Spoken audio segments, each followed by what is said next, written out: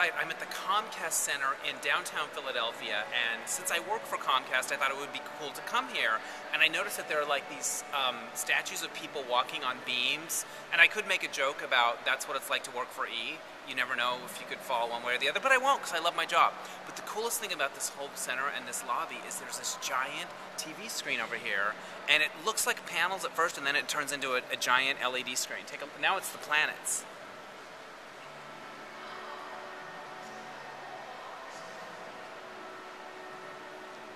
And it's ever evolving, just like the Kardashians, who also work for Comcast. I learned that it's called the Comcast Experience.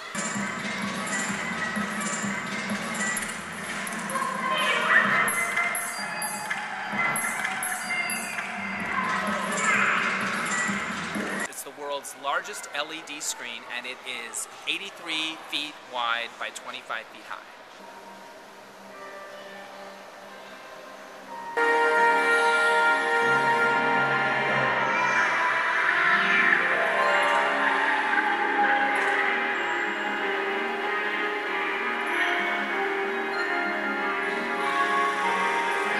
You know, if they could show porn this way, I wouldn't have to fast forward to the good parts.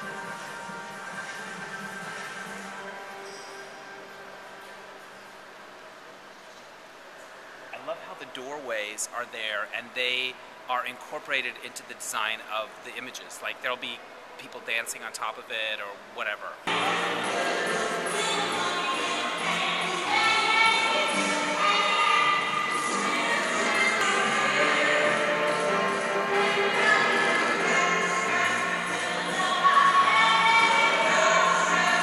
Another fun fact I learned about the Comcast Center is that when it was built in 2007, when it was finished, they put a little statue of William Penn in the final rafter because they were trying to outdo this curse that had said that ever since skyscrapers were allowed to be built higher than the William Penn statue on City Hall, all of the Philadelphia sports teams had failed to win a championship.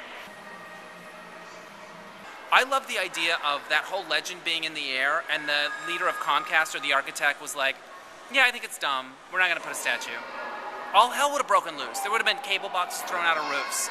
But sir, it's very important to the city. Yeah, it's just a dumb curse. I'm not superstitious, and I'm not that interested in sports, so we're not going to do it. Could you imagine? That would have been the end of the world. That would have been the end of Comcast, and then I would have been out of a job.